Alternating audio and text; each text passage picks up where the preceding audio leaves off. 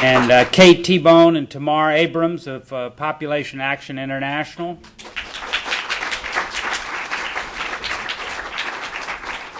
And I want to thank Gib Clark and the entire team at the Environmental Change and Security Project here at the Center for their help. I regret that Jeff DeBelco is not here. It's not because he's playing Santa elsewhere.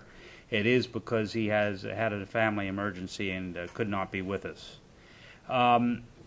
It is my pleasure now to introduce Scott Radloff, Director of the Office of Population and Reproductive Health at USAID and the Global Health Bureau.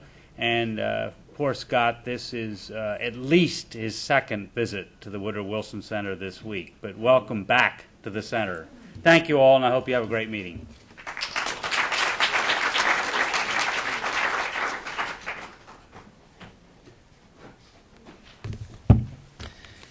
Thanks, Mike, and thank you for hosting this event today.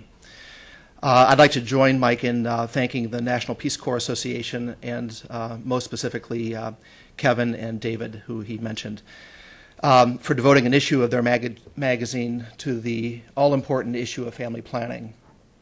I also wanted to thank Carrie Hessler-Randlett of JSI, who's also an NPCA board member, who helped get the ball rolling for this particular issue. And just a note on the Peace Corps. We're indebted to the Peace Corps. They're an important partner in our development work at USAID. And I would venture to say that probably over half of our foreign service officers in health are former Peace Corps volunteers. So the Peace Corps experience has been very useful in shaping the experience and commitment of our staff.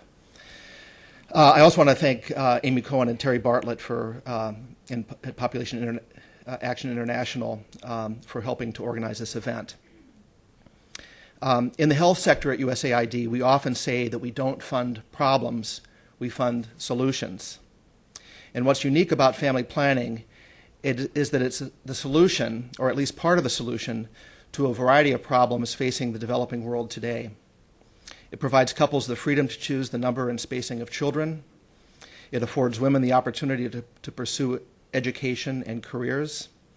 It reduces abortion, as has been demonstrated clearly in the countries in Eastern Europe and Eurasia.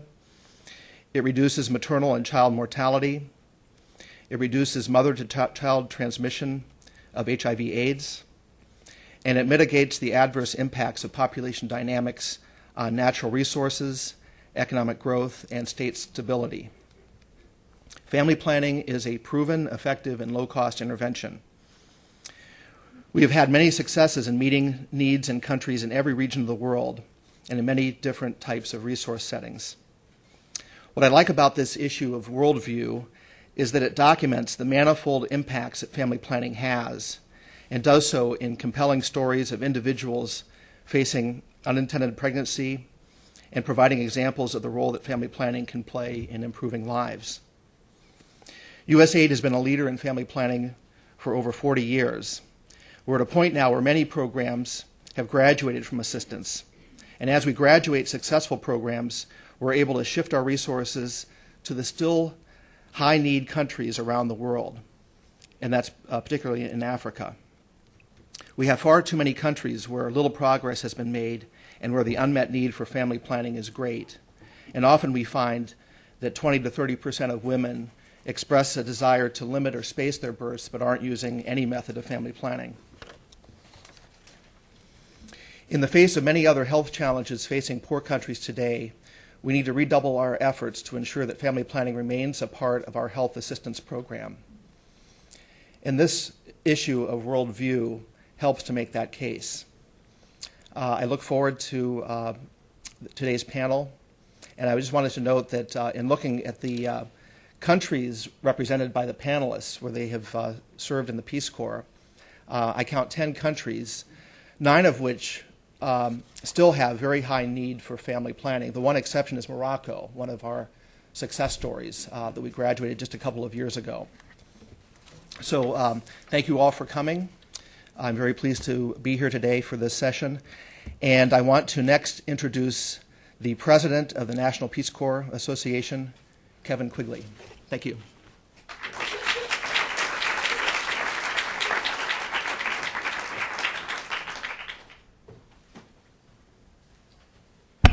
Good afternoon, everybody. Thank you very much for coming. I'm going to echo both Mike and Scott very briefly.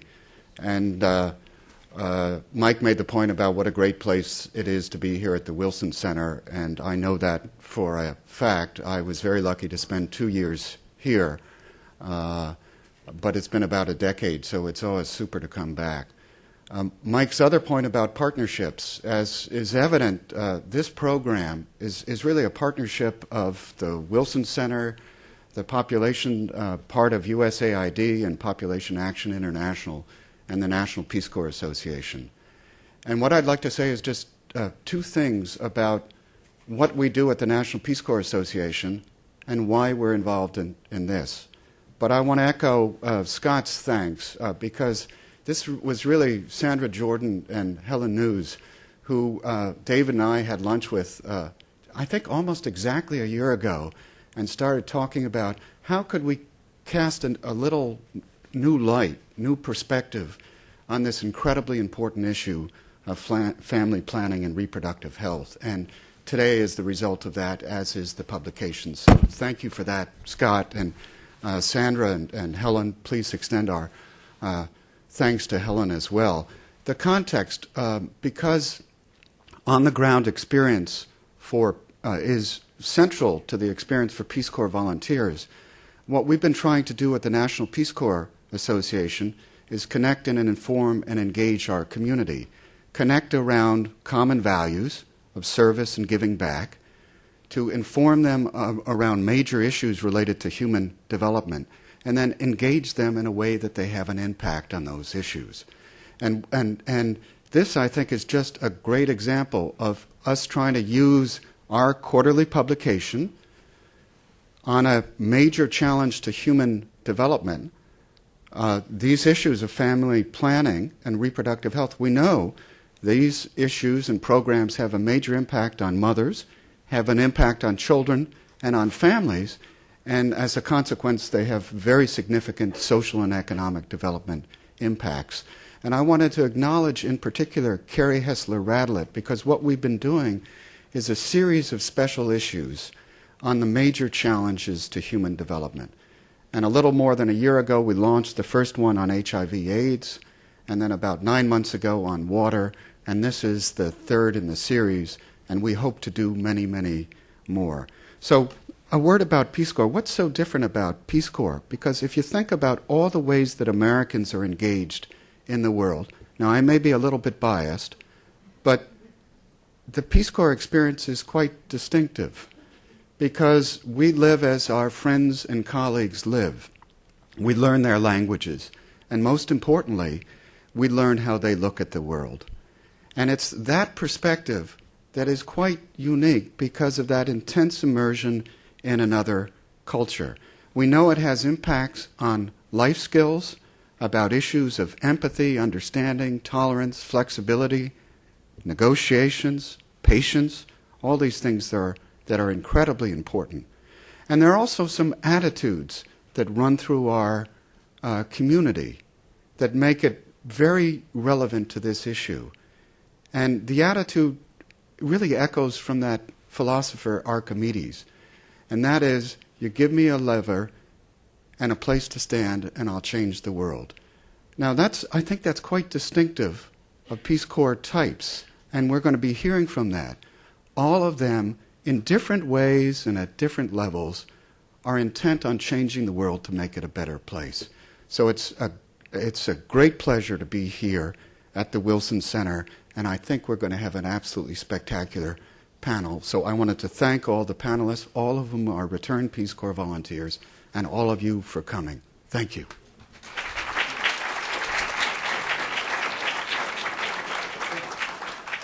And the most important thing I'm supposed to do is introduce Terry Bartlett, who's the Vice President for Population Action International and our partner. Terry?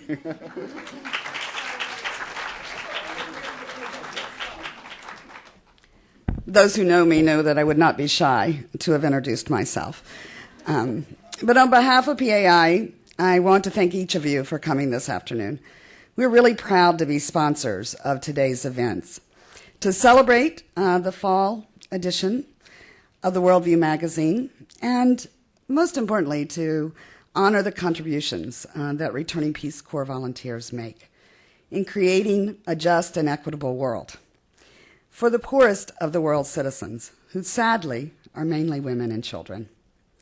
So as I travel the world meeting with organizations and individuals, I am constantly struck by the number of former Peace Corps volunteers who are active in the field of development, whether for governments or for the U.S. government.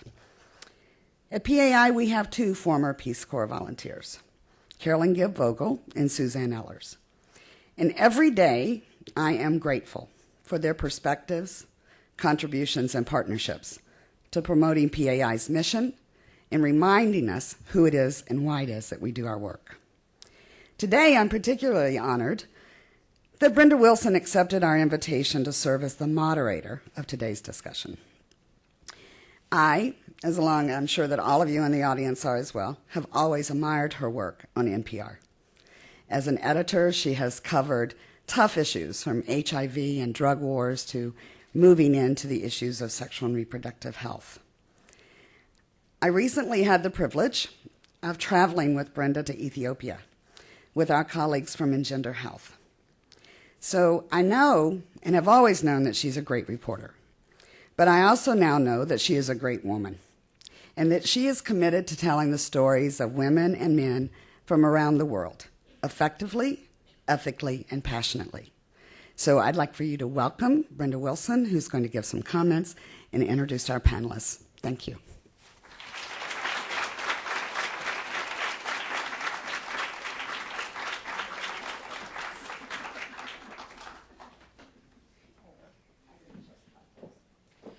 It was a great trip. All women, interestingly enough, which for what we were doing was absolutely perfect. It was a kind of bonding experience beyond the learning. It's sort of learning on a lot of different levels about ourselves and how we saw what we were seeing. I guess, I don't want to make too many comments because I want most of the time to be devoted to your questions and what the panelists have to say and talking about their experiences. But I'm really key to hear what it's like being back. I mean, I found it very disorienting to a certain extent when I come back and have to work here a while before going out again, and looking at how I guess the world in which I have spent some time living is talked about, because unfortunately sometimes, I suppose it's perhaps some of the failings of my report, people will say, that must be really hard, distressing work. They speak to me that very sympathetic tone. And so it's very disconcerting to me because, no, I don't necessarily feel distressed, because one of the main experiences from being in the field, I think, is the hopefulness that you feel. Even in the direst and most painful of circumstances, you don't necessarily feel hopeless. You do wonder, and you know how things are going to be changed and what it's going to take to change them. But no, you don't despair. And so I always struggle in my reporting. Sometimes I think maybe my tone is even too light, to not leave a note of despair, but to kind of sort of just let it be what it is without predicting disaster one way or the other. And on that score and on this trip, I oftentimes think, about the imbalance in the world, and I look at the conditions and the circumstances of women, and it's sort of like how to tackle this issue of, the world somehow seeming slightly off kilter because of the imbalance, injustice, and inequity that usually falls hardest on women. And I find that in spite of it, because of the issues I cover, I end up talking to women anyway. So I sort of say, well, perhaps I am dealing with it, if not directly. Let me just very quickly say before I introduce our panelists, and there's some very distinguished people you're going to be hearing from today, who are doing very exciting things, who lived all over the world. That, you know, it's kind of interesting the point of time at which we are because of, you know, some of the environmental issues we are facing, climate, etc., and the fact that it's so hard, it may seem sometimes, to get the media itself interested in one of the more serious issues, one of the underlying and questions that is related to this. I mean, we have great discussions about global and climate change and global warming, etc., and nobody seems to often make that connection between, you know, what's happening in terms of the amount of people, how many more people there are, whether it's in the U.S., you know, we hit our 300 million this summer, or the fact that, you know, not only are there now about 6.6 billion people in the world, but about half of those people are going to start in a big way adding to the number of people in the world. And at the same time that we have that happening, we have a fairly blasé attitude towards, you know, being able to confront, talk about, look at reproductive health issues. Essentially, sex. I mean, that's part of it. You know, we can't talk about sex. And that sex and love is at the root of families.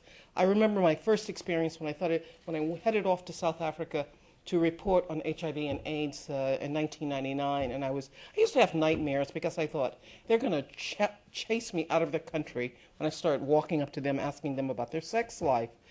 But I was standing in a field at a jazz festival somewhere, and I can't remember where, Mafeking, I believe it was, and I saw a young couple, and they were just standing there listening to the music with their arms around their waist, and I thought, well, that makes sense. It's, you know, it may be about HIV and AIDS, but it's about people relating to each other and doing what people do everywhere in the world, and these are just people. And it was a very reassuring feeling, and it reminded me not to lose sight of the fact that they're human beings caught up in this maelstrom of whatever else is going on.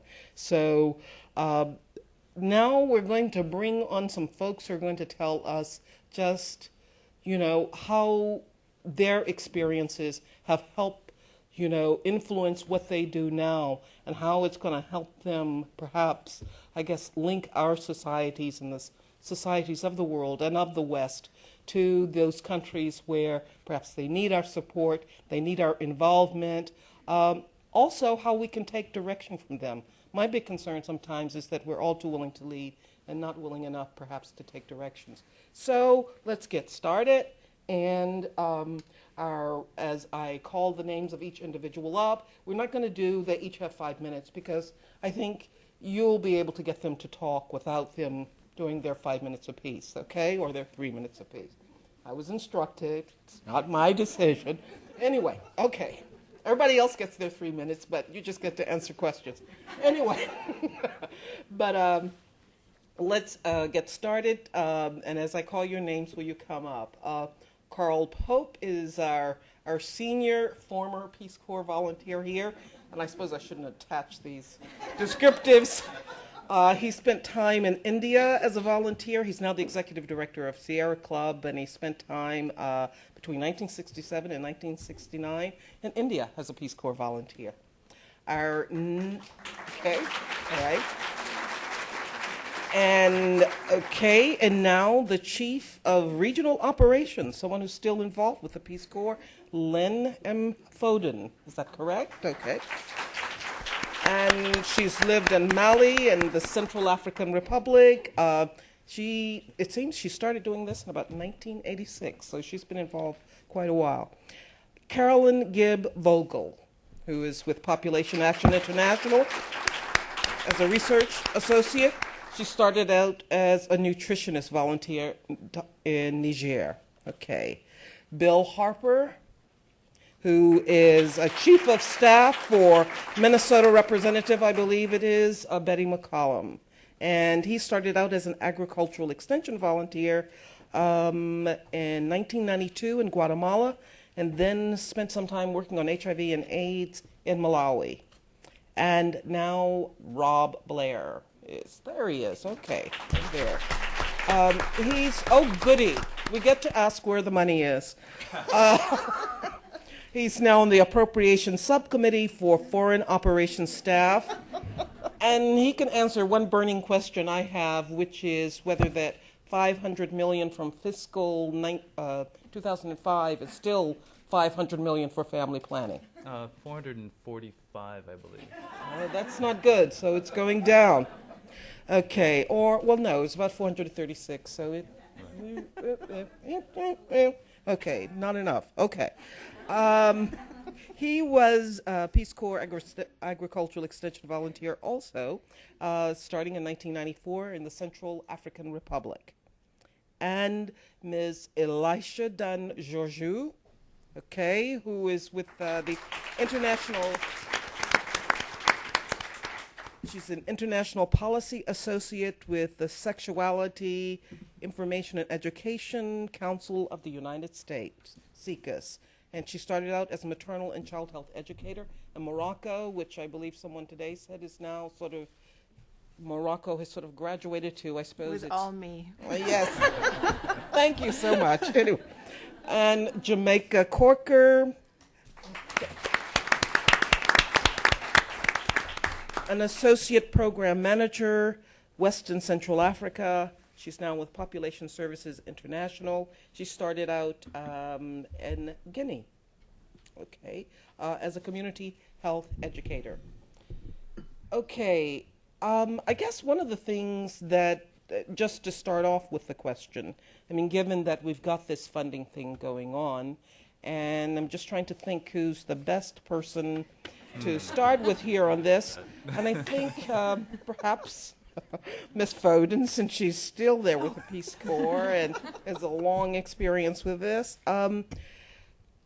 When you look at the fact that we had such an intense involvement in family planning in the 60s, and I know, you know, you've seen the improvements in some of those middle-tier countries like Indonesia and Morocco, so I don't want to just dismiss that, but then you see this sort of bleak scenario that's presented by the likes of people like Mr. Thoreau, Paul Thoreau, sort of saying, going back to Uganda, one of those Peace Corps volunteers who was sort of, you know, dismayed by how things had changed once he returned. I guess I would wonder, given all that emphasis on family planning, in spite of the, you know, the last 10 years of decline, did you see changes? Have we seen changes, real, you know, changes that you can sort of, that are tangible, and how would you measure that? I think one of the things in looking at Peace Corps and what Peace Corps' involvement in family planning, one of the most fundamental changes has been the use of various technologies now, and really leveraging technology to be able to get family planning messages through different media that was not available in the past. But on the other hand, volunteers are still doing many of the same things that they were doing before. I had an opportunity to visit volunteers in Burkina Faso, and they were doing some really great work with boys and girls clubs.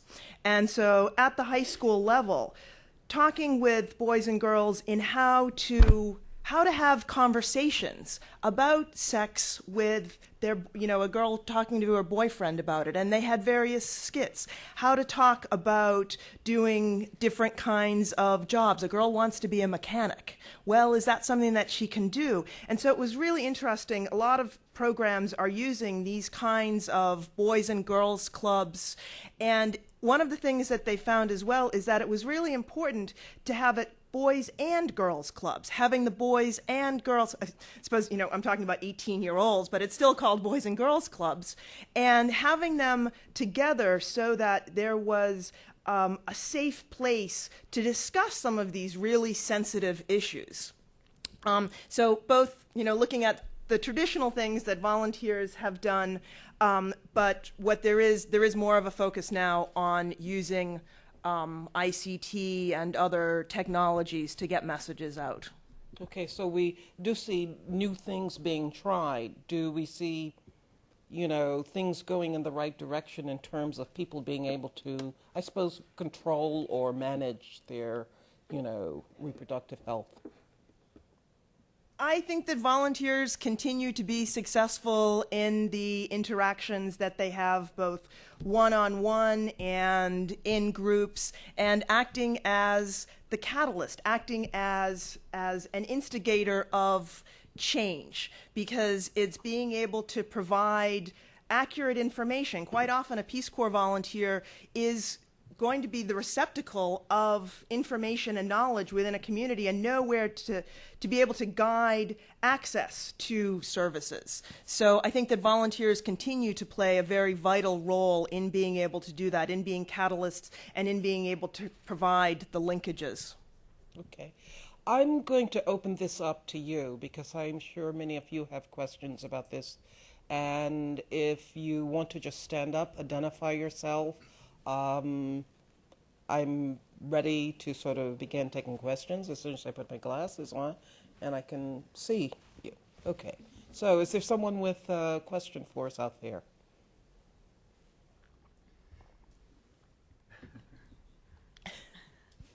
Okay. I'm sorry. There's I. Yes, okay. I'm Susan Wright. I'm with USAID and I work on family planning programs. I've been involved with various aspects of environmental and population programs, especially when I was based in Madagascar. And my experience then was we had some very positive interactions with conservation groups. This is sort of directed at Carl, I guess. But they tended to be funded from the impulse and the interest, and the funding tended to come from the population groups in that interaction. And I'm wondering to what degree that's sort of been internalized by conservation groups, and are they really paying more attention to population as an issue, or is it really still perceived as peripheral? Well, I think you have to understand that within the broad spectrum of conservation and the environment, you've got a whole ecosystem of different organizations. It is clearly still a major problem that many American or European funded and based NGOs bring to the South a model in which the task of conservation is the task of separating people from the land. That's not a very good basis from which to engage on any kind of community concern, whether it's health or education or anything else. At the same time, there are organizations, I think, that have internalized a different kind of vision of what their business in life is, one that's more concerned with environmental justice. And I think those organizations have a lot more to bring to the table, but they also typically have very little money. So that's not who you see in Madagascar. That's not who you encounter in India. I would describe overall the way in which environmental organizations in the North have understood or not understood development broadly as relatively catastrophic. It is not typical to find any real understanding of the dynamics that countries face.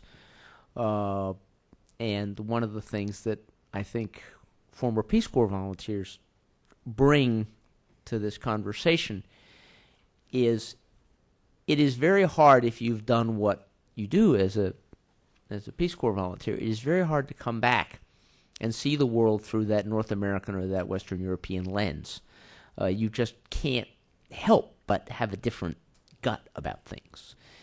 And I think it's important to try to encourage that gut sense, that perspective that people bring back from their experience to play a larger role in how American environmental organizations, conservation organizations, public health organizations go about engaging with the rest of the world.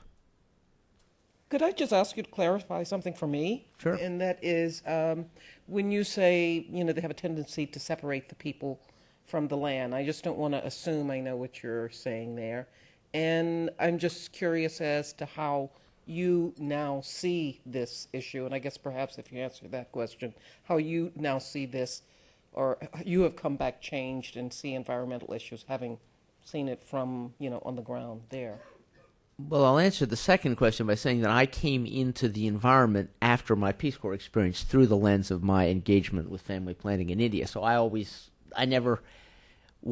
not a classic environmentalist in the American sense. So I started there. I was there before I cared about the environment. Right. What I meant is quite specifically that if you look at the great traditions and the great narrative of American conservation work, it's about places without people. It's about Yellowstone, and you don't ever learn that there were actually people who used Yellowstone before it was, quote-unquote, discovered by some drunk American soldiers. And because of the fact that the tradition of particularly lands protection, and that's what tends to get funded in the environmental movement to work in the third world, is kind of conservation biology-driven things. And one of the first things that typically happen is people get there and they say, oh my God, here's this place, it's under stress. What's stressing it? People are stressing it. What's the solution? Get the people out.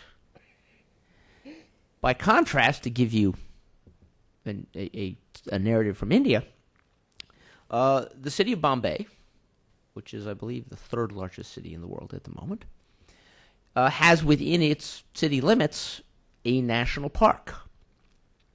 And within that national park, there are actually leopards. There is a viable breeding population of leopards in a national park inside the city limits of Mumbai. And there are episodes where people get killed by leopards. Now, I think I can tell you pretty clearly what would happen to any leopard in Central Park, that it wouldn't be there. It wouldn't be a viable breeding population. And the Indian attitude is, well, that's okay. I mean, they try to do things to discourage it, and they try to minimize it, and there are a lot of social issues involved in why those people are in the park at the time they get killed, which are problematic. But that's a different way of looking at the world than the way we look at the world. Okay, all right. Out there. I'm sorry, right here. I'm Elizabeth Leahy, part of the cheering section from Population Action International. I hope this isn't reverting to the prepared statements that we're supposed to avoid, but because we have such a diversity of experience and of recency of experience among the panelists, I would be interested from hearing from each of them a little bit of an anecdote or a summary of any family planning or reproductive health related experience they had in the Peace Corps, and then maybe also how that affected their careers here in Washington. Okay. Why don't we sort of start with Morocco? Miss Morocco, I'm sorry. I heard that earlier, so I thought I would just grab it, but anyway. Okay, I think one of the great things about Peace Corps is that it is sort of 2 years of destroying the assumptions you have about the world. So when I found out I was going to Morocco, which is a Muslim country, and declares itself to be an Arab country as well, my assumption was that nobody wants family planning, and men are not going to talk about this, women are not going to talk about it, sex is secretive, all that stuff. Boy, was I totally incorrect about that. I never expected to have so many men asking me about family planning as I did in the village where I was living. I mean, people were very open about talking about birth control, about different types of reproductive health services. Men and women didn't talk about it together in front of me. That would be very taboo. But women, when they were just a group of women, I have never heard such scandalous conversations. I mean, they really got into it.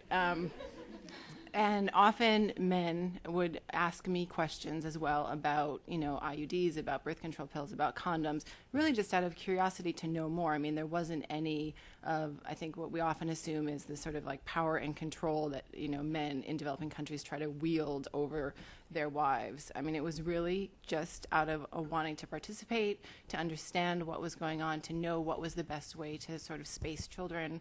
And that was something that really, opened my eyes, and I've sort of kept that with me through the work that I've done, and just tried not to make any snap judgments about, what people know before I let them tell me what they really want to hear. I was a water and sanitation volunteer in Zaire, and excuse me, so a lot of what I was doing was building, capping springs, putting in piping systems, and trying to figure out, because a lot of this was men's work typically, of, you know, where is the water point going to be, who's going to be on the water committee, where's the pipeline going to be dug. And so a lot of my work, and I was in a unique position because as a woman doing what's traditionally seen as a man's job, it was great because I had access to men in meetings and we could go through a lot of those kinds of things that they were traditionally doing. But then I had the opportunity to actually work with the people who were going to be using the water, and we came up with some really interesting design considerations for the spring boxes. And it was really interesting in working with them with the women in seeing the ways that they used their influence behind the scene with their husbands in getting the money that needed to be collected for the water, or getting the various committees that were set up and the decision making.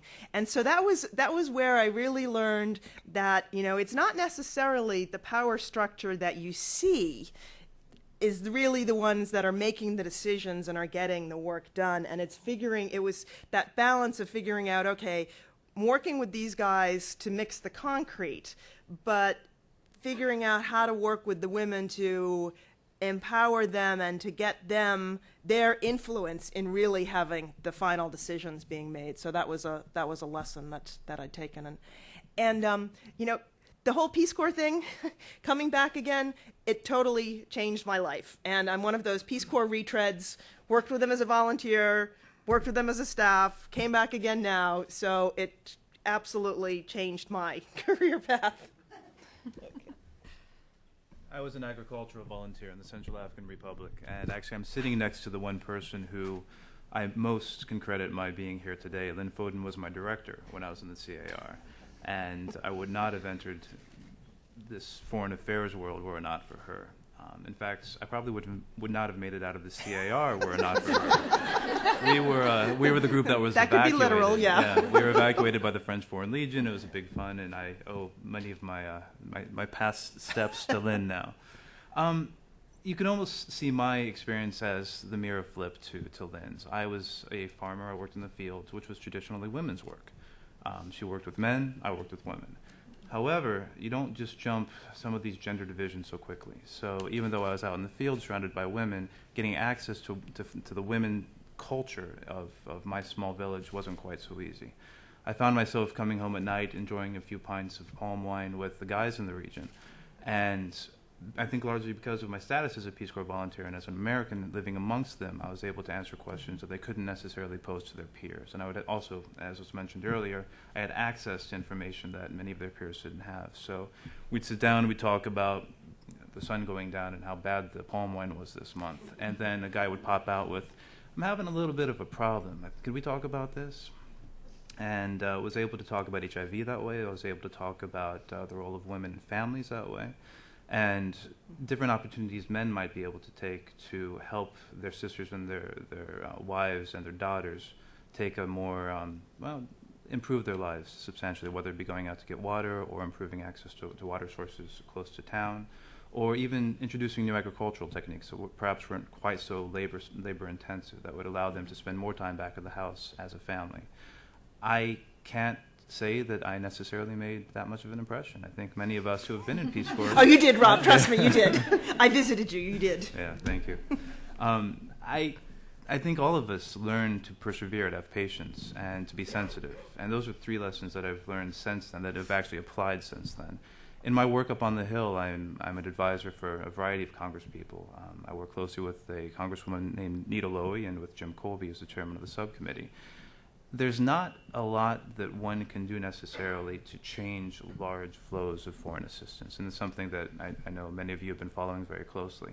But if you persevere and you're patient, you keep an eye on what you want to achieve and are sensitive to different even comments in conversation, then you are able to make a real difference. So I'm not sure that I really changed the culture, and I shouldn't have expected to change the culture in the Central African Republic, but it definitely made a big impression on me. I think I'll answer the question by going back to your original question about progress in family planning, and just to say that that there's been extraordinary progress in family planning, and prevalence is way up, and some countries have had great success. Scott mentioned Morocco is one of them, and countries in Southeast Asia and some in East Africa. So I think there's been great progress, and it's a success story. It's a development success story. However, there's a but, and that is that the progress has been really uneven, and there are countries such as Niger, where I was a volunteer, that have really not made progress. And actually, I'm not sure Niger has maybe backslided since I was then there. When I first arrived, I had expected, one of my big misconceptions, I'd expected that there were, working in a health clinic, that there would be lines of women outside of the health clinic beating down the doors, needing health care that they couldn't get. But that wasn't the case. It was a very sleepy clinic. It was very difficult to get women to come to the clinic. They just, for various reasons, it's a very conservative society, and it all made sense to me once I got there. Once I learned how things worked in the village, and their belief system and the way they work and the way the family structures are. Just the clinic just didn't fit, and they didn't go there. And it's a little distressing to look at Niger today and still see that. So I think Niger is one of those countries that's fallen behind, and it really, it demands a lot. It doesn't just demand an input in health or an input in family planning. It needs the whole. It needs the whole in order to, it needs a big input into poverty reduction, into, agriculture and health and the economy and policy. It needs it all. So I think it's really is a good news story about family planning, and I'm really hopeful for Niger and for those other countries. But there's a lot of work to do still. I'd just be curious, just a quick follow-up. What did they want, or did you have any sense of what they wanted? Thank you. And, I mean, either the women or the community itself. Mm-hmm. Was there any way of determining that, and did you know that? Yeah, I mean, I think that they wanted to improve the situation for their children. I mean, that was obvious. I think that's universal. I think the disconnect was that they didn't necessarily see what was offered at the clinic as getting them there, and it's an education. It's an education piece, but then, so there's a whole convincing them that education is good because they didn't send their kids to school either, so it's like it's very complex and it's very layered. And I guess for me, it made me realize, working in development, that it is a very complex system, and from funding, policy, to service delivery, to, advocacy, it's all important and it's all necessary, because you can't do it with one intervention.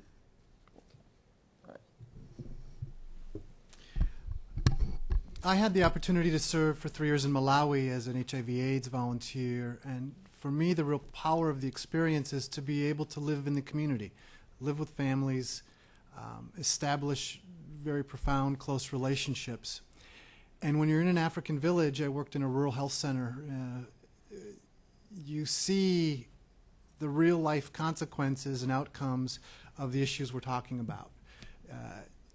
I knew the girl and her family who got pregnant as a teenager and had a botched abortion and died. I knew women who died in the hospital giving birth. I knew the mom who was expecting and the child that didn't make it. And flip side, I knew how excited everybody was when the neighbor brought home the new baby, and how thrilled everybody was. And then the next baby. And pretty soon the questions are, how am I going to feed all these babies? Which gets to the essence of some of the issues that we deal with in my current job in Capitol Hill, which is, how do you transform public policy from 10,000 miles away to make it affect, in a positive way, a community, a village in Africa or in Asia or someplace?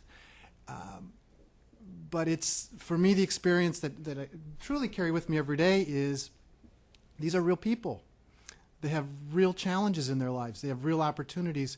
And we as Americans and as a government can play a very, very positive role in enhancing their life and making it better, allowing them to have the opportunities for the things I think that they want, which is by and large, enough food to eat, the kids go to school, opportunity to get basic health care, and be economically secure. It's not super complex, but being a Peace Corps volunteer and living with that every day was a fantastic opportunity that I really treasure. Well, I was doing family planning full-time as a health extension educator. And in the late 1960s, the way in which AID understood family planning was it was a product to be sold. And the way the bureaucracy of the state of Bihar understood family planning services was it was that pregnancies, unplanned pregnancies, were like a disease, and the job was to somehow get people to take their medicine so they wouldn't get sick. So on the one hand, I was participating in a program which wasn't terribly effective, even in its own terms, but where people were being paid to have vasectomies. Most of the people who took the money were too old to have children, but they were glad to have the money. More seriously, women were being paid to have IUDs inserted, and they would often then go out and have the village midwife remove the IUD immediately, which was not a good health outcome. And one day I was bicycling along to a village, and this old man waved me down. And he said to me, in Hindustan, he said, well, who are you and what are you doing here? In a very friendly way. And I said, well, I was a Peace Corps volunteer, and I worked for the health department, and I was doing family planning work. And then I asked him, well, do you know about family planning? Parivar niyojan jante hain? And he says to me, I'll do it in Hindi and then I'll translate. He says, मैं तो परिवार जानता हूँ, वो तो माँ बाप लड़का लड़की, लेकिन वो तो अंग्रेजी शब्द नियोजन, वो तो क्या है? And what he says is, yeah, I know what a family is. That's mothers and fathers and sisters and brothers. But what's that English word, niyojan? The word planning, as it was understood by the government, was not in use in the village dialect. And it struck me at that point that if we were really going to, it was probably much more important to encourage people in this part of India to think about planning their crops. The whole concept that they could take more control was probably an essential entry point to them being able to think about family planning. They could think about getting paid to have a vasectomy. But that wasn't family planning. That was just like a bribe. And it seems to me that it is almost certainly still the case that we treat many of these problems as products or diseases, that we really don't understand them as services in any very deep sense, and that is almost certainly still a challenge we have not overcome. I served also as a health volunteer in a sleepy health center, which was busy on market days with everyone who was sick from 20 kilometers around, but the rest of the time it was mostly pregnant women and young children. So most of my work and most of the work of my colleagues focused on family planning. And I feel that during the time I was in Guinea, I was beginning to see progress in family planning, or in the ability to choose the size and spacing of one's family. People were talking about family planning, planificación familiar, and it was a word and a term that came up quite a bit. People were often aware of birth control, if not the specifics. And we started to see a significant increase in the number of women who came back to the health center after talking to them about different options, women who'd had 10 or 11 children and were pregnant again, who were interested in a rest or a break. And that was really encouraging. The downside was often we would come short with birth control pills, injectables, sometimes condoms. And so we'd kind of take 2 steps forward and 1 step back. And it was a move in the right direction, and I felt that there was some progress that was happening largely outside of my control. But it was encouraging to see. And I was very interested in the topic and went directly into graduate school to study population, and was looking at continuing with research, which I found very interesting. But you do feel the pull of the village and the experience, and I wanted to do something that was involved with what I had done in the Peace Corps, because it really does stick with you, and I've only been out about 3 years, but something you think about every day. And I ended up working for an organization that actually made the condoms that we sold in my village. And it's sort of come full circle. And I think a lot of it with the services as well, understanding that you can start the education ball rolling or inform people, but you have to also offer in tandem reasonable services and the products to keep the ball rolling. And so my Peace Corps experience has basically been my career thus far. And it was a good starting point. Okay, good. So, it seems to have gotten the ball rolling again.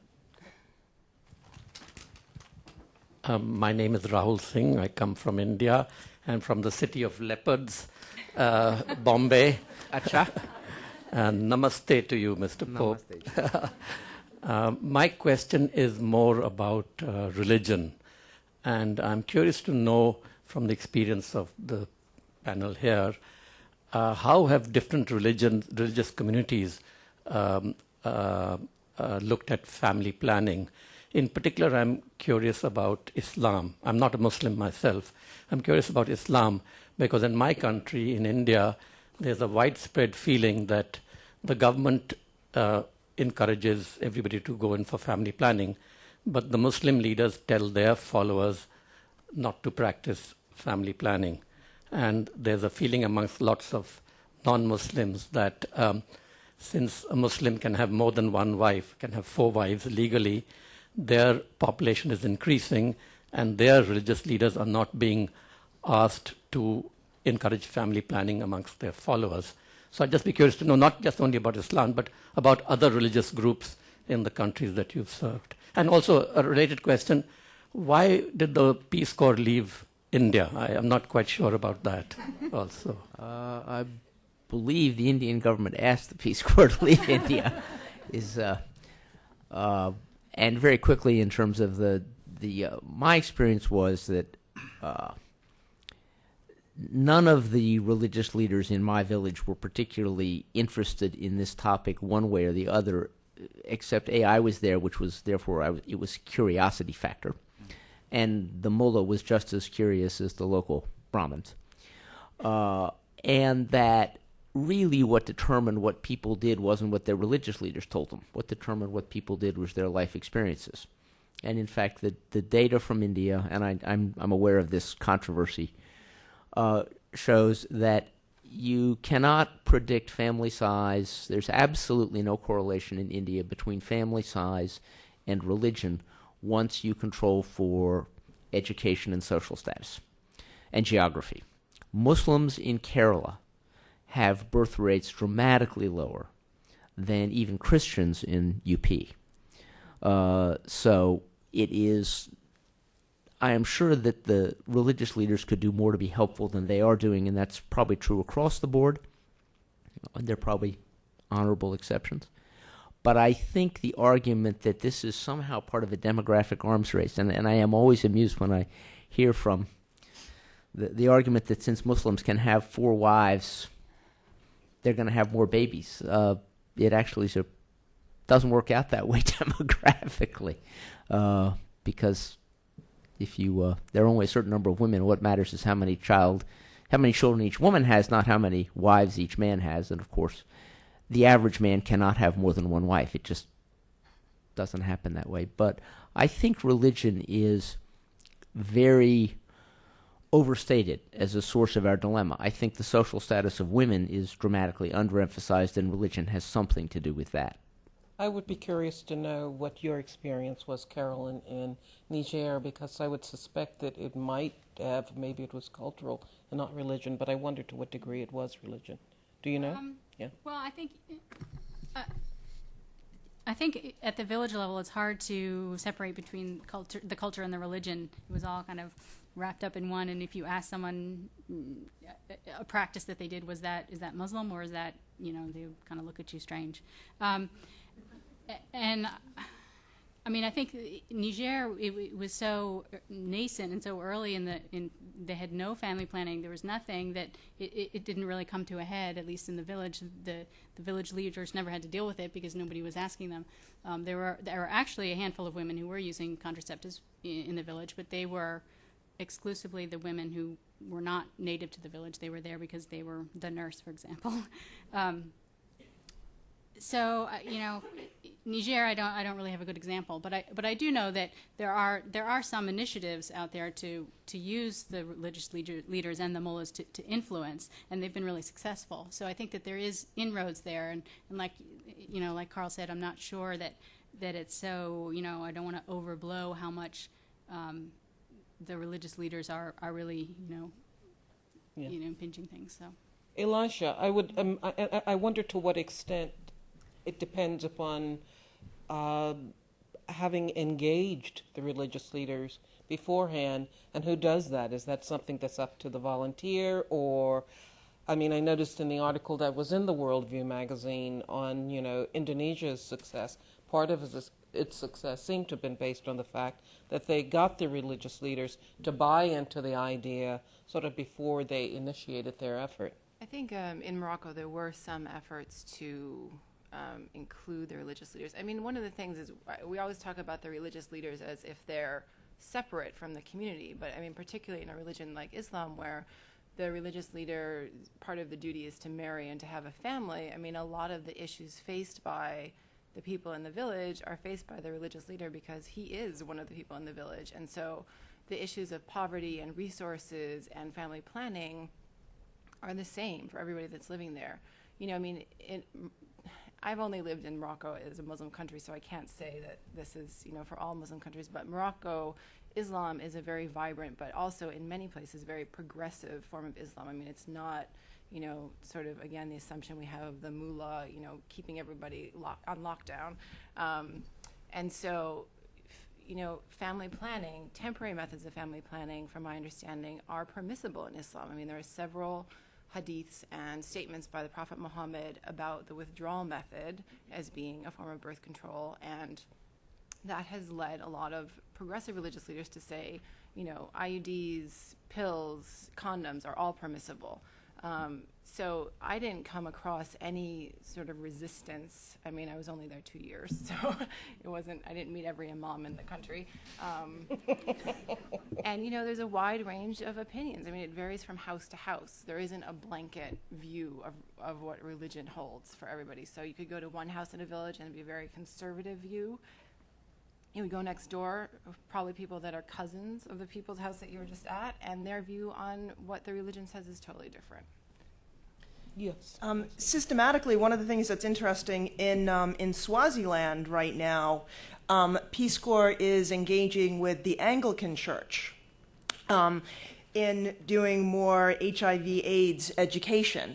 And so it's partnering Peace Corps volunteers with members of the Anglican Church and Anglican ministry, because they're quite active in Swaziland. So here's a case where the National Anglican Church of Swaziland has made a commitment to being partners in HIV/AIDS education. And Peace Corps is partnering with them in this. So that's, you know, a different kind of example where Peace Corps is working with a church affiliation in family planning and HIV/AIDS related activities, and that's ongoing right now.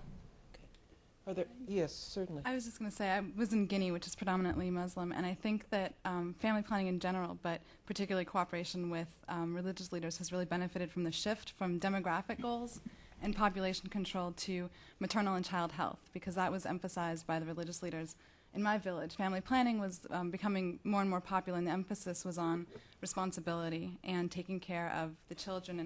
And I've not read the Quran myself, but the imam in my village was always saying that it's written in the Quran that you need to be responsible for your wife and for your children, and taking care of them can extend to planning your births and making sure that everyone's healthy. And I think that really moved the debate away from numbers and pitting religious groups against each other or the government against any group within a country, and has allowed sort of all religious groups to capitalize on child health and maternal health.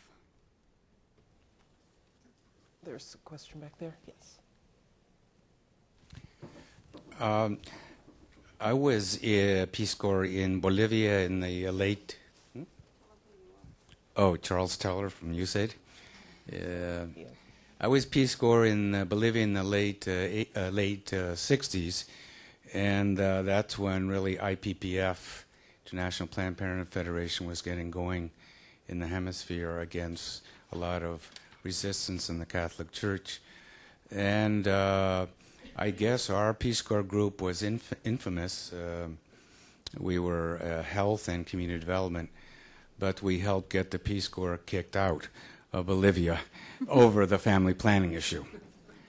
And probably the country was correct, because I think there was overzealous consideration of just trying to control population than considering, control de población and not bienestar familiar, which means welfare of the family.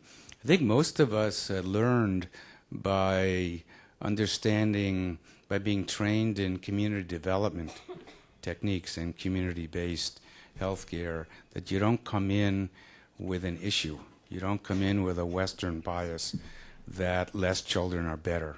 You come in to listen, to live among them, to share their problems, and then you find out that for many, it's not too many children, but a lack of hope and a lack of opportunities.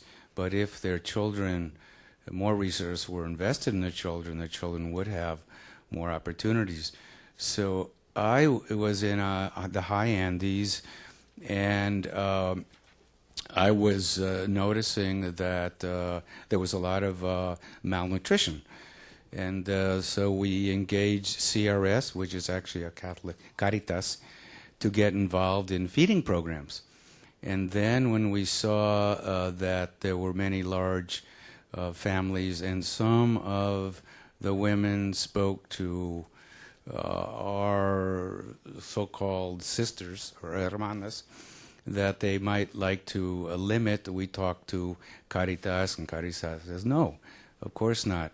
So the only alternative was to find a Eastern European trained doctor married to a Bolivian who knew how to insert IUDs in the dark back room.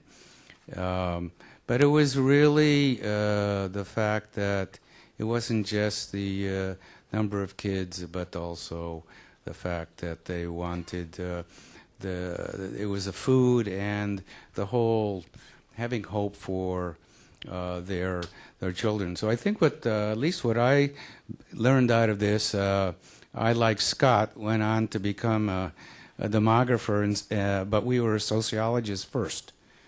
We tried to really understand the needs, necessities, the felt needs, and then try to help meet those needs. And it's not just through family planning, but there are many other demographic ways to improve one's level of living. Thank you. Anybody else care to either comment upon that or here on the panel? Any observations about that or out there? I mean, this is supposed to be a discussion, not just a tutorial or seminar, as it were. So, okay. One of the things that I'm sort of curious about from the panel, and I suppose it's, and I don't know to what extent it had happened then in the 90s and, in the 80s in part, the movement of U.S. religious into some of the villages and countries in which you worked. And did they influence? I see Bill shaking his head up and down. I'm just sort of curious as to what role they may have played. During my time in Malawi, I saw a growing influence of evangelical Christian organizations coming in as providing sort of an alternative to the mainstream Christian churches. And they were very strict and very doctrinaire in the fact that alcohol and sex and family planning and AIDS were all problems, and they were the individual's problems, and abstinence across the board was essentially the way to go. And for me as an HIV/AIDS outreach worker who worked with bar girls and worked with families and worked with school kids, they didn't like the work that I did in talking about condoms and talking about sexual health and talking about reproductive health. So it was challenging, and it's only gotten worse. Okay. I'm sort of curious. There didn't seem to be room for both of you there to be there at the same time.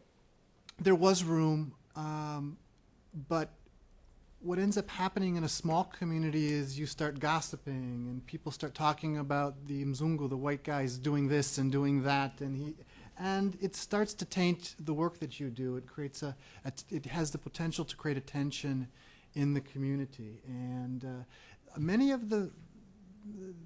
a lot of the individuals and the churches became sort of storefront churches, and the preachers were quite influential in some of the communities. They really went out and talked to folks, so it became a bit of a competition.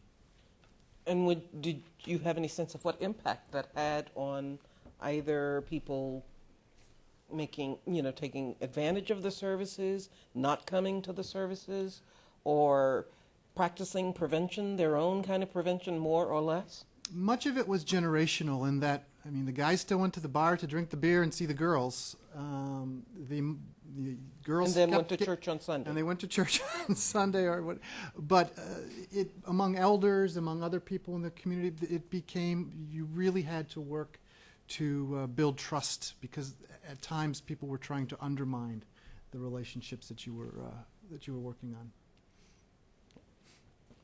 Here, Scott seems to has a question. Yeah, I just wondered, I think most of you were in rural villages where you worked, and most of you in low resource or low family planning prevalence countries. What we often find is that the early acceptors and adopters are usually urban, maybe more educated, maybe wealthier, and that the attitudes towards family planning evolve from that base. And I wondered the extent to which the communities you worked with interacted with urban areas. Was there a population movement between urban and rural? Was there any connection with the urban areas that may have helped influence attitudes towards family planning or HIV or any other in the sense of changing behaviors? Let's see. I'm sorry, Rob. There. Quite all right. Yes. In my very rural neighborhood, there was very little formal interaction with urban areas.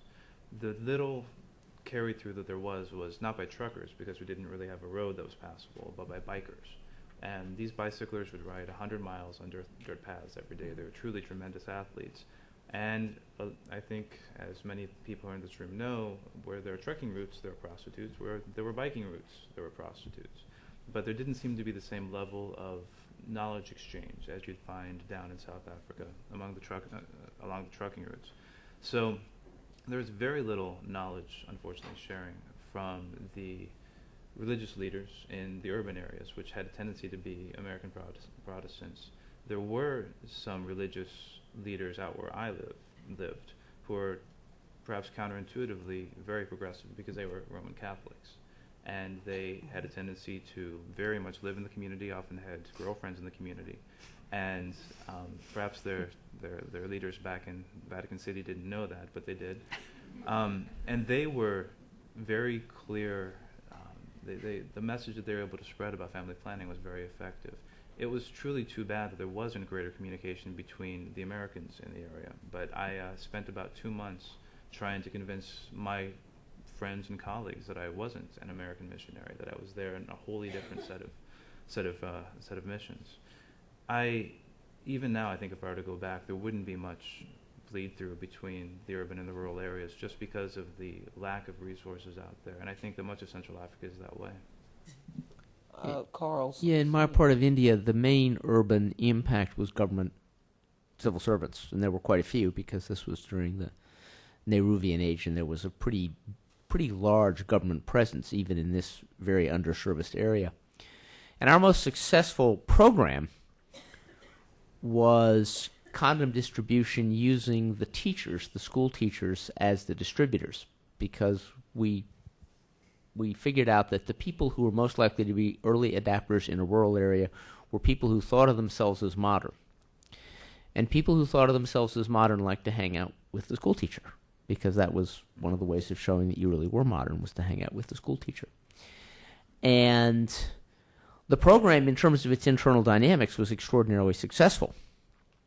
But it actually rested on the fact that I had a pretty good coworker who actually wanted to do the work, and the rest of the state bureaucracy didn't really want to have any good numbers coming in from any place because it made everybody else look bad.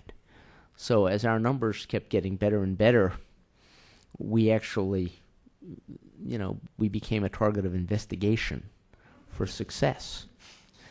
And it eventually became actually intolerable. I left 2 months early because I was simply getting these extraordinary coworkers in trouble because they kept showing that the program could succeed even in a very, very rural place. And the message that the rest of the civil service wanted to send USAID was, we're doing the best we can, but the peasants are impossible. There's a hand up back. I'm sorry. There's a hand up back there. Let me. Yes, the woman there. Please just. Hi, my name is Kirsten Stewart. I'm with the Family Violence Prevention Fund. We're working on an International Violence Against Women Act, and one of the components is to try to integrate programming around gender-based violence into reproductive health, maternal and child health type programs. And so I'm wondering any advice you have on, from the policy position 10,000 miles away, as someone said, on what to say and how to do that, and also just your own sense of what you witnessed in terms of gender violence and how prepared you felt you were as you're rarely prepared for anything. Take a quick shot at that. USAID does do very good work right now in gender-based violence as part of their family planning and reproductive health work. I'm sure Scott would be happy to talk with you about some of the work they already do. We also integrated in last year's Appropriations Act a requirement that our military, the U.S. military, when they work with other countries' militaries, include GBV training components within some of their other training components. So perhaps non-intuitive groups are now becoming more involved with it. And I think that's having a great impact upon the actions of other countries' militaries in eastern DRC, for instance. When I was out there meeting with MONUC, I met with the Moroccans that were actually accused of using prostitutes, and there's some not so savory activities that they took part in, but they learned and were very instrumental in passing on the messages they were learning to their host country counterparts. If you want to talk afterwards, I'm happy to give you some ideas. Nita Lowy, who was likely to take over the subcommittee, is a stalwart supporter of programs like these, and I'm sure she'll be a receptive audience if you'd like to talk with her.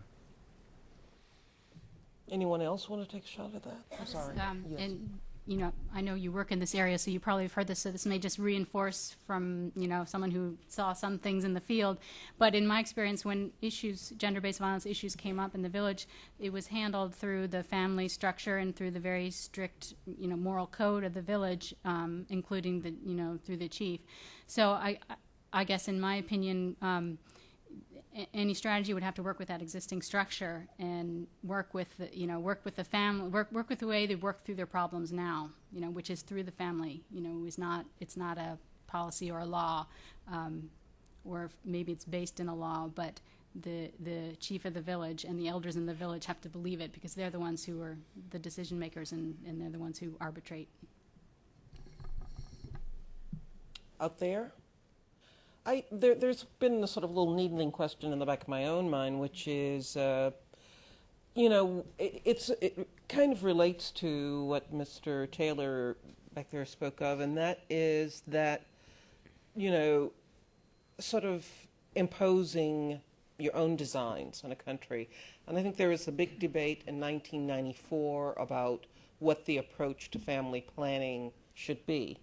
And I find it curious that since we have shifted to this sort of more individualized approach, however, which kind of looks at the rights of the woman, their reproductive health rights.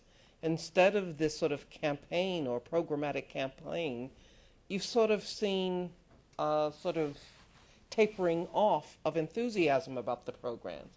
So, I mean, are we less, when it's not our program, are we less involved? Or, when we're not on our own mission, then you're on your own? Or how do you feel about that shift from '94 to now and the loss of funding? Is there any connection there? I hate to challenge you, but what evidence have you seen that actually interest has dropped off?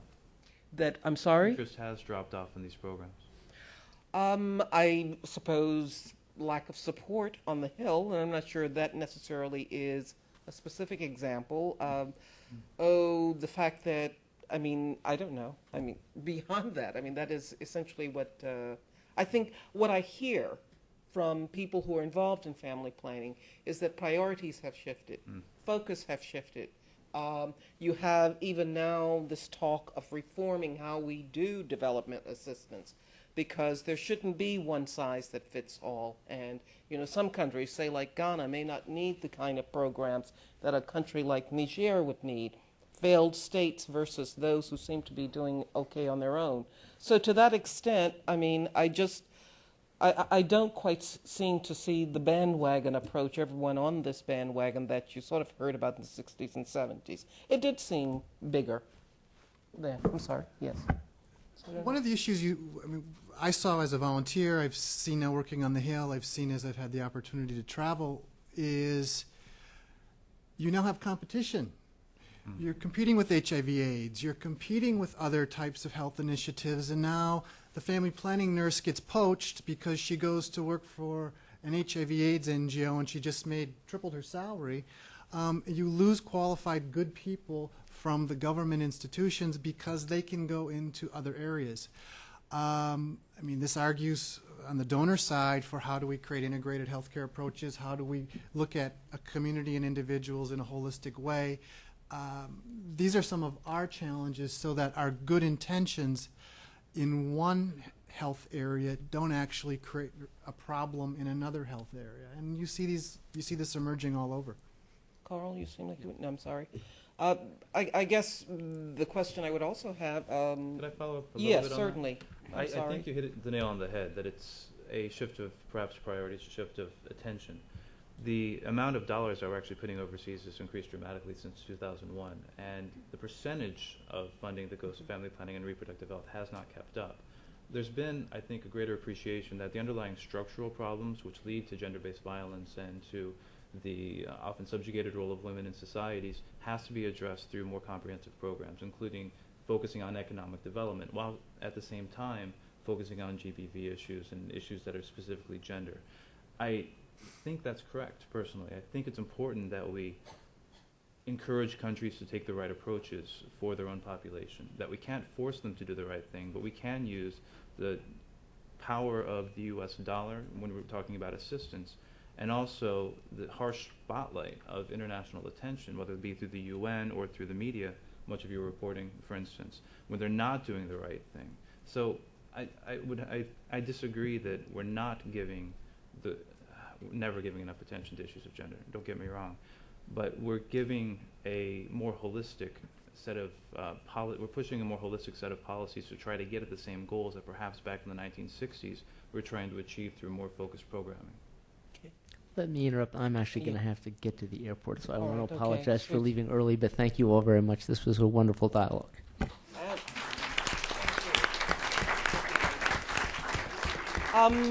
We sort of reached 5 o'clock anyway, and I think that was the sort of timeline that I was given.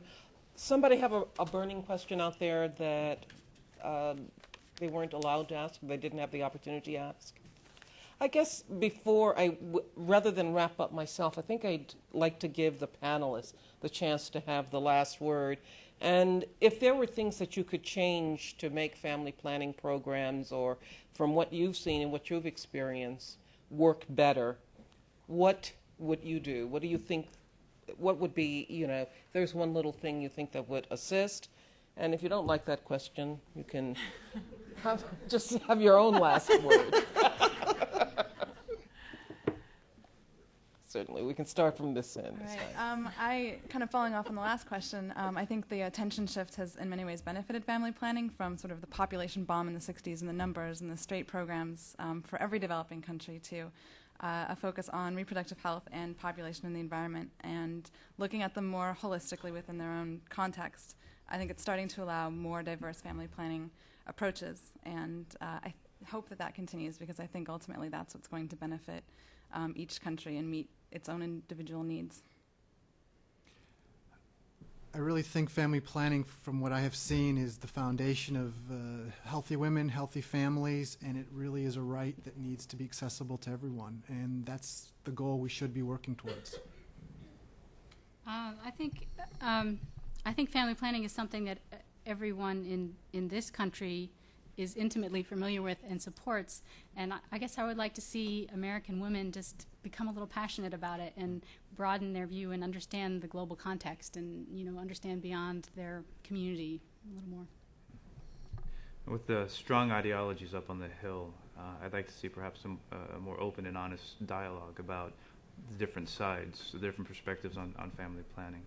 I'd also like those of us who are interested in continuing to support and to grow funding for it to recognize that when we do grow funding, we do it out of a limited pot, so that money has to come from somewhere. And that perspective in the debate is I think, not often held by many out in the field. I think one of the perspectives to continue to keep the perspective that we have as Peace Corps as returned Peace Corps volunteers, in recognizing that the things that women are interested in, families are interested in developing countries where we served, are the same things that our families are interested in here. You want to have, you want your kids to grow up and have opportunities. You want them to be healthy. So while we may think that there are so many differences in the world, there are really some very core fundamental values that we see in individuals, and that you really have a deep appreciation for, having been a Peace Corps volunteer. And I think keeping that spirit and keeping that recognition of the shared core values that we have is important as the discussion and debates move forward. And I think to go along with that, I think we don't think of family planning in the United States as just handing out birth control, and we really need to take into account things like literacy and economics and resources and social justice. Those all go into making a successful family planning and reproductive health program, and you really can't do one without all of them together. All right. I'm going to let that be the last word, unless there you go. Was there Mr. Radloff? Did you? Or Ms. Bartlett? Reception to follow.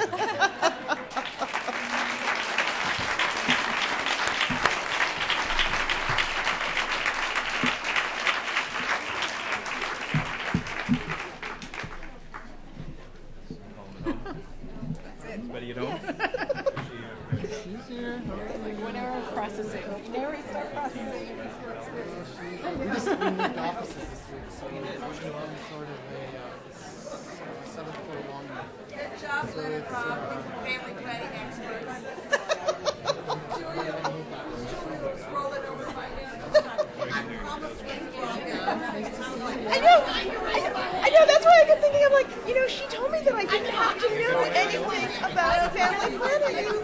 And I'm kind of like, Scott, I really don't know anything. We've got actually a very tight CAR group, so maybe we can get them together. As to whether there's a constituency for other population issues besides family planning, and, well, for example, in our office we're looking at population density, looking at urbanization, we're looking at unemployment, labor force. But to be very specific, I mean, it could relate to pop environment, but it's not so much environment, it's livelihood. Livelihood is the big issue. Not specifically. There's a conceptual constituency for development at large, but if you get down into the micro issues, there's no. In terms of the macro, the development issue, is there a realization of the importance of still population density, population growth, population growth and density? Only when it's made a little bit more human, like where